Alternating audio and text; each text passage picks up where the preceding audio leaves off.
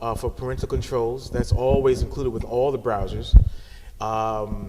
And you as a parent should try to, and I know this might be hard for some of you who are not internet or computer savvy, but try to get into what your children are doing, and try to listen very closely, and try to find out who the friends are that they're talking to. And there's many different programs out there that'll help you to block certain websites from coming up on the screen. Also on Windows environment, you can set profiles for you and the family. So if dad wants to use the computer and he doesn't want to be involved with seeing the Disney Channel come up on his browser, you can set different profiles up on the computer. So Billy can have his profile, he's the age 10 years old, and Cynthia can have hers, she's about 14 years old. So different profiles can be set, and you can be the administrator of those profiles. Absolutely. Well, that's being part of the family unit and the family being involved. We say a strong family values. That means everyone has to be involved. Yes. And if you're involved in your family and with your children's lives, then you could make a difference, and you can oversee and reduce the risks of negative things happening in their lives. Also, you'll be able to recognize signs and symptoms of when things are going wrong, because you'll see changes in their behavior. If you're not involved in their child's or your children's lives or within your family, you will not be able to recognize signs and symptoms of distress because something has happened in their life. But if you're being involved, and plus you can learn because your children will teach you, because they learn, they're savvy, and they're learning how to use these programs in school because that's part of their curriculum within their academia. We didn't have that growing up. No, we didn't. So they can actually teach you how to use these programs, and you work as a team, as a family, and as a family unit. I had to actually teach my mom, and it was difficult in the beginning because she would call me in the middle of the night trying to use the mouse, and the mouse would be upside down. And it would, so it would go the opposite direction on the screen. So, but I've learned to humble myself and be patient. And after a while, she was able to send me emails. Right. And she was able to take pictures and send me pictures through the emails. So I became very proud of her for it, But yeah, you have to be more involved with what's happening with the children, and have a concern as to who they're chatting with online, Facebook, Twitter. Those social websites, they can be very good in helping to find or stay in touch with families abroad and with communities and networking, but it also is a place for predators to come and swoop in to take the attention from your kids. So please be very careful. I have kids of my own. My youngest daughters are 10 and 14, and I'm constantly concerned about what they're doing and how they're on the internet, so please be careful. Absolutely, and you used the key word there, predators. You have a lot of predators that will prey on young children, and they will act as if they're their age. Yes. And if you're not involved, like you said, it's not spying, but it kind of is, because ultimately you're the parent, and that's your responsibility. When a child is under your roof, it's your rules. And that's the bottom line. That's right. And so you need. The internet. That's right. Yes. And you need to see the language that's being used. If you see language that is above their academic level, then you have to question who's on the other side of the computer. Yes. And there's certain verbiage that's being used. Adult language. I'm not talking about rated X or rated R language. I'm just talking about the way that it's the written language versus someone who's only like 10 or 13. They write differently. They're just not educated enough, and the types of words they use when they define certain, or when they're typing, because they type like they speak, versus how an adult will type, because they type how they write. Right. So you can see that there's a different level, and there's a disconnect there, and so you need to be aware of this, and that means you're involved with your family. You need to know what's going on. Also, the newest thing that's happening right now that's becoming a huge problem is called sexting. Sexting is when, say, a young teenage boy and girl decide to go out with each other, and she wants to take certain kind of pictures of herself, and she sends it to him via phone or the internet, and he just takes those pictures and sends it to his friends, or maybe his friends come over to his house, sees the picture, and they post it up on the internet, and now she's upset and hurt. Right. And false rumors are being sent out. So please, parents, be aware of what's happening out there. It's a new thing called sexting now, and it's a big thing. And a lot of the boys and girls are asking each other to send certain pictures through digital line. And you got to be careful, because once it's on your computer or your cell phone, it can easily be transmitted to anybody or anywhere. So please be careful of it. Right. The best thing to do is not to do it at all. Don't take any kind of, weird pictures. Right. Well, this is the third time you heard this.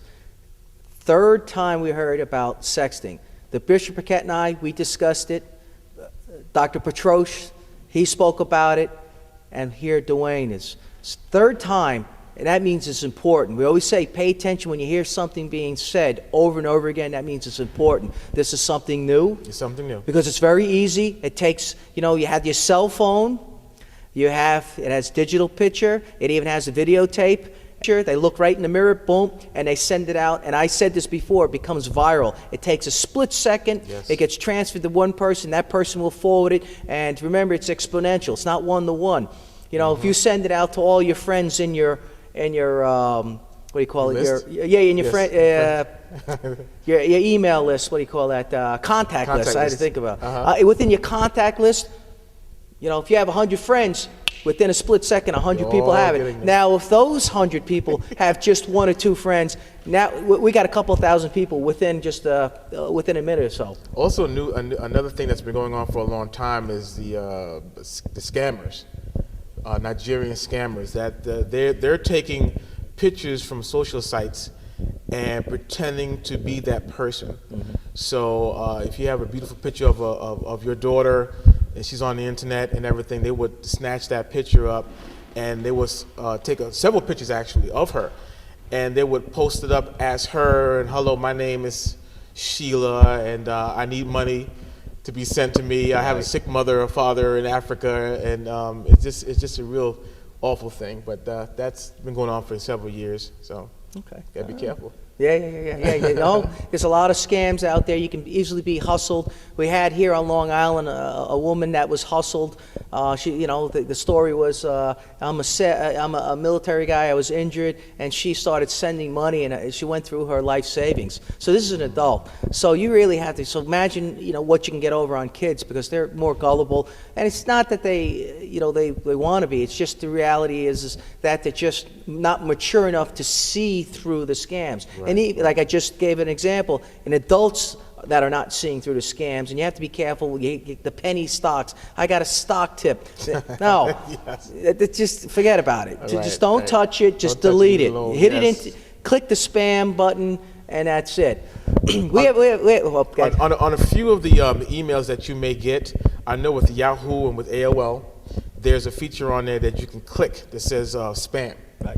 And it would bookmark that particular email, so it won't come up into your email list anymore. Right. So, but you have to train it after a while. It's not going to happen overnight, and you're still going to be getting a few emails, unwanted emails. But after time of clicking that, this is spam or spam, and flagging that particular email and that email address, that eventually you'll won't be seeing too many of those coming in through your emails. Right. Great. Well, we have about 5 minutes left. I mean, that's how quick. I just want to, because I want to really, really point out, you had malware. What is malware? Oh, malware is it's malicious software. It's a combination of both those two words. Malware is malicious software, and it involved viruses, spyware, things that will take control of your computer without your consent. They've gotten so savvy with it now that they can actually key log all your information that you're typing in. Mm-hmm. They can keep track of your emails. They can take over your emails through your username and password. So you have to keep your computer protected by updating your virus protection programs. Later on in the program, you'll see that I've given you two solutions. One's called Malware Bytes, which I use all the time, and also Microsoft Security Essentials, which is from Microsoft. Mm-hmm. They offer a way of protecting your computer, which is a free alternative to just McAfee or Norton's. And they're very good programs that I use. A lot of my other technicians, they use it as well. So, but you have to stay protected. And it's, as soon as you get on the internet, as soon as you plug in that Ethernet cable in the back of that computer, you're subject to get hit. Right, So, right. You'll be pinged. Yes. And that's why you have to have firewalls. Yes. Do you want to quick just go over Firewall is pretty much a way of protecting, sort of like putting up a fence. This is your house, and this is a fence.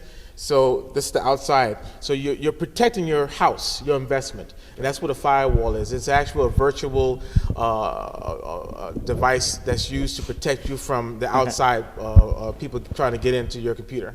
All right. Yep, we got to keep intruders out. Yes. All right, I have 2 minutes. So what I want you to do is quick summation, real quick, less than a minute, of what they should protect against. Real quick. Okay. We're looking for parentals. So Yes. go right down what you just explained. Make sure that you protect your children from all kind of predators in terms of keeping an eye on them. Make sure that your internet service provider has also an antivirus program that may send to you. Take advantage of some of the things I've offered to you at the end. Make sure that all the DAT files are up to date, which are data files, to keep the program up to date so you can protect yourself every week and every day. Run a scan. Run a scan at least about 2 or 3 times a week to protect yourself. And again, stay on top of your children. You love them, protect them. And this is another form of protection. And last but not least, I'd like to say, try to do other things with your children because they can get absorbed in the internet. You know, just do some other things. Play board games, take them out to the park, and do some other things with them. All right. Okay. Dwayne McLeese. Yes. Thank you. I want to for thank you having very me. much. Yeah. Oh boy. Tommy, yo. I mean, this is so important. You know, the tools. We need these tools. The community needs these tools. Yes. And if we can have the information online, if you need help, give them a call. We got all this information. This is coming from Church Life Community Church. This is someone from our community. He's a business owner. He's part of the community. He's making a difference in the community. He's offering these necessary tools to protect the community. So please reach out to Dwayne McLeese. You're going to have McLeese, excuse me. You're going to have all the information on the screen, his contact information. Well, Dwayne, I want to thank you. Thank you for so much, being Tommy. part of the show. I appreciate it. Thank you for inviting me. Yes, It's you're fun. part of Church Life Community Church. Thank you. All right, I just want to say thank you very much, Bishop Burkett, as always, for offering me the Ask Dr. Tommy O show and making a difference in the community. So remember, stay live with Church Alive. God bless.